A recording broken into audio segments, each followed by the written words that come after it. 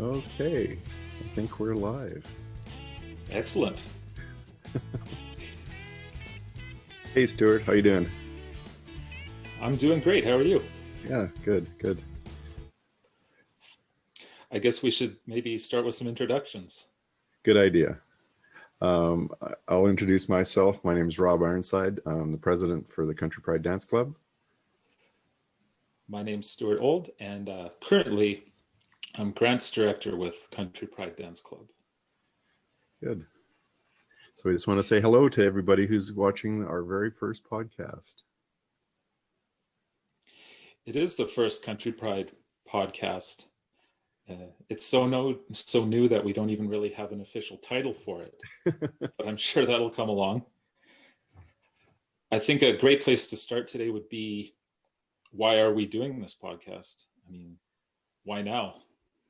Yeah, I think the main reason is obvious, is that we're not dancing and we can't be out in the community doing what we normally do, from teaching lessons and demos and everything. And we want to just let the public know that we're still here, and we want to keep them informed.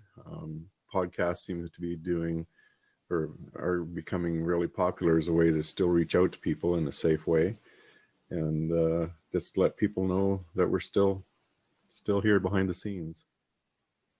Absolutely. We're dying for this to get back to normal so we can do what we really love to do. No kidding. I think the other big reason for this too is there's a lot of information that we just kind of assume people know if they hang around the club, but there's a lot of the public that probably wouldn't know a lot of the stuff we're going to talk about in these podcasts. So it's going to be a resource that we're going to have on our website, and also put on Facebook too. So if people have questions and they maybe don't want to make a phone call, or they're scared to ask, they can just click on a link and they can find out the information. Yeah, I certainly hope people would take advantage of that. I mean, I know back in the day it would have been probably something I would have been interested in, to find out more, to sort of Right. see who's a part of the club and everything. Yeah. I guess here we are. 2021 is going to be an important year for Country Pride. So maybe that's a good place to start. Sort of when did Country Pride begin, and like briefly, what's it all about? Yeah, believe it or not, this is our 30th anniversary this year. 30 years in the community.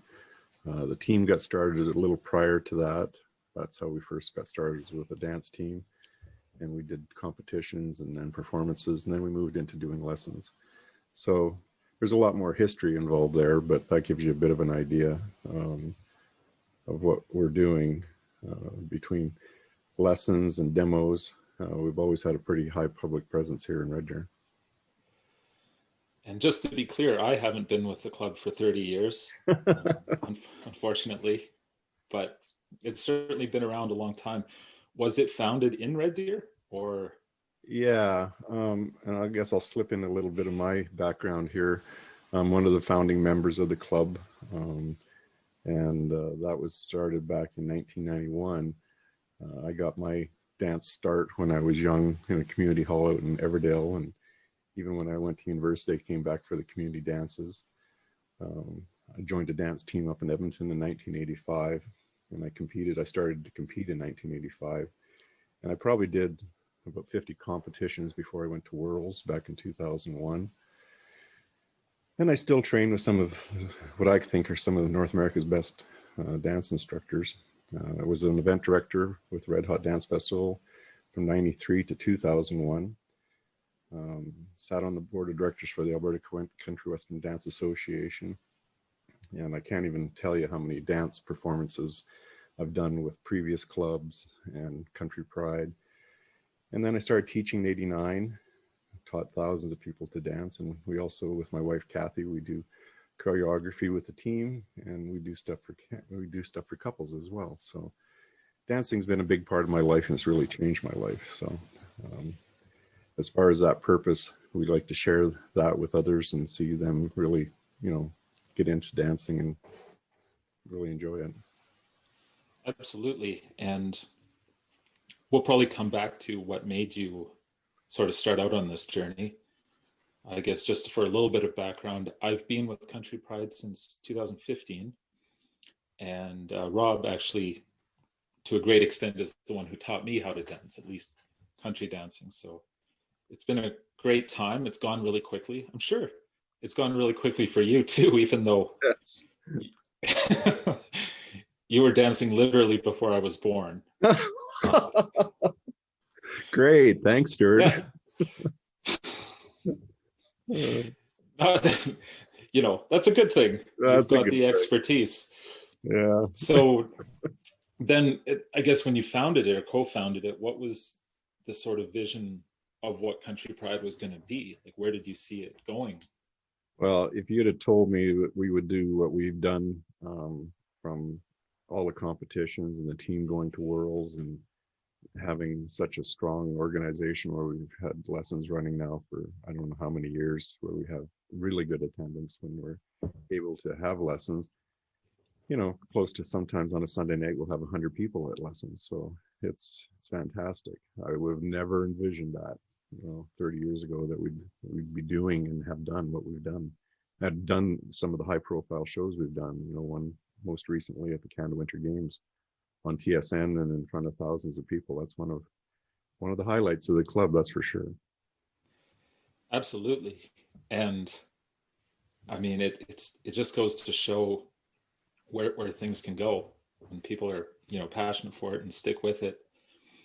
I guess, so for those of the viewers who have never really heard of Country Pride Dance Club or aren't familiar with it, they might have some ideas about what Country Pride is or what we do. And so I guess these would be the Country Pride myths, maybe. So for example, when people think of country dancing, what do you think they think of?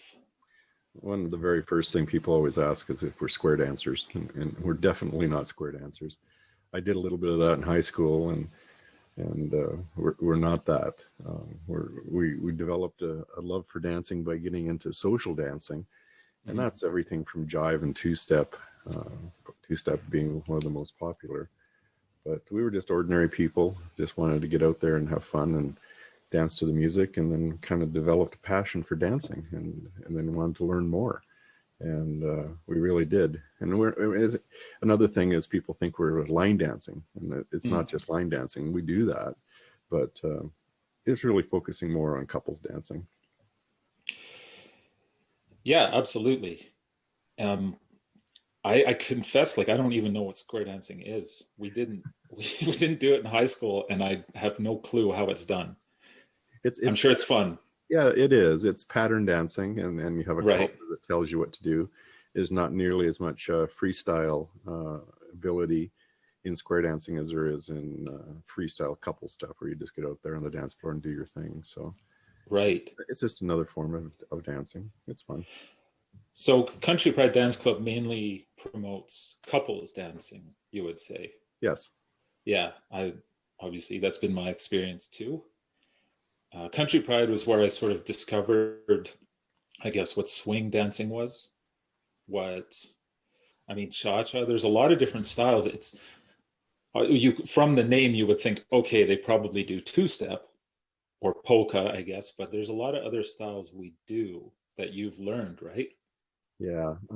Two-step is where it all kind of started for me, and then it evolved into different dances, like you say, polka, waltz, cha-cha is another.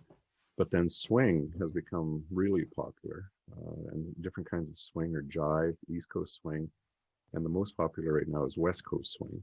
And West Coast swing you can do to a huge variety of music, everything like country western to top 40 and old rock and roll. We do a flash mob every year in the end of August, beginning of September, and it's always some more modern contemporary music, not country music at all, but it's still a ton of fun. Yeah, it's a great time, and it's really different than you would expect. Like West Coast swing is sort of not what I imagined at all, especially that it does go so well with rock music, because it basically gives you a dance you can do anywhere you go, any sort of club or bar or occasion, really. There's a dance for that. And that's made really obvious with this international West Coast Swing flash mob, and now they're calling it a rally. It's an annual rally, and you see people videotaping and do little clips, and they're doing the same dance all over the world. It can be everywhere from Australia to little islands off of, Africa to Paris is where this originated from. The choreographer Right. of Paris is one who started it, but obviously all over North America. And yeah, it's amazing. So it's one dance that is actually pretty internationally well known. And like you say, it can be done to all kinds of music. So Do you know off the top of your head how many styles of dance Country Pride teaches? currently that we teach, about Mm-hmm. eight. Yeah, eight different Right. styles. There's been a few that have kind of faded by the wayside over the years. And we could actually save that for another podcast. Yeah. Yeah. Gautis and pony, and pattern dancing. But yeah, the most popular, I can try to list them off if I remember them all: two-step and polka, waltz, cha-cha, East Coast swing, West Coast swing, jive, triple step, six-step, and I think that's it. I think that's the majority of them. And So then a big variety is all I wanted to say. yeah, exactly. And of course, there's like the popular favorites that come back from demand every year, every season. But it also gives you a chance to find out new stuff that you might not know that you love. And then that gives you kind of all kinds of room to try things. Well, I think a lot of it is music driven. Mm-hmm. People, and we are going to do a podcast on that as far as what kind of dances you do to what kind of music. But people might like waltz music, and they might have a wedding, or they might like really fast-paced stuff, and that might be a polka, believe it or not. And it's not the old oompa pop type polka, but it's just fast, Orange Blossom special type music, something that's really fast and upbeat. So yeah, different dances fit different music better. Well, I'm looking forward to that one because honestly, I've just touched on polka and I don't really know all the things you can do with it. But that goes for almost any dance, actually. Yeah, absolutely it is. Yeah, the Country Pride, I mean, has, I guess, the value of preserving a culture of dance. And what does that mean to you as far as like the country Western heritage? Well, I think part of it because I learned how to do this, you joke about me dancing before you were born. Yeah, no Mm-hmm. kidding. But my mom and dad taught me how to do two-step when I was probably 8 years old or younger. And Wow. so, I mean, yeah, wow. So you think about that. That is part of the Western culture is going to community dances, knowing how to do a little bit of dancing. And back then, the biggest ones were two-step and polka and jive. And I think they still are for a lot of different social events that people go to. I think, unfortunately, technology and people's way of life is that they just don't go out to dances as much as they used to, especially when I grew up. So, getting to meet people, connect with people, remembering how to dance with somebody, I think is something that Country Pride provides to the public here in Red Deer, or all central Alberta, that I think it's important Mm-hmm. to preserve that culture, that connection to the community. Yeah, and it that mission really is working in the sense that like my parents didn't teach me how to dance. I didn't go to not only did I not go to dance lessons as a kid, I when they forced us to do it in PE class, I hated it. I just thought it was dumb. And so what Country Pride has done, given me the opportunity to get into that culture just by virtue of what you do. Now it's something I'm interested in. Now it's something I try and share with friends. So that's kind of Yeah, how that works. It can work in a lot of different ways, of course, right? Like, absolutely. And that whole social connection, as we've all discovered during this COVID, mhm, connecting with people, it is so crucial and so important. And when we don't have it, we really miss it. So right. I think dancing provides something really important that people need. It does because if when Country Pride's sort of promoting that culture, we're promoting like being active and getting out there and learning these new skills that really help you. When you leave the lesson or whatnot, you're taking that with you and you can use it however you want. Yeah, exactly. Yeah, Yeah. excuse me. You talk about, benefits of dancing, just being active and being that social connection. Mhm. I think some people just feel awkward about it, and we are going to talk about that in a couple podcasts about the fear of dancing and taking Mhm. lessons and that. But just the whole the benefits. We're going to do a podcast on a whole list of benefits to taking dancing, and you'd be shocked. And I believe some of that stuff, years ago, just because I felt it personally myself. But there's actually been studies done now that show that it can give you all kinds of health benefits, all the way up to helping cure dementia. I mean, Right.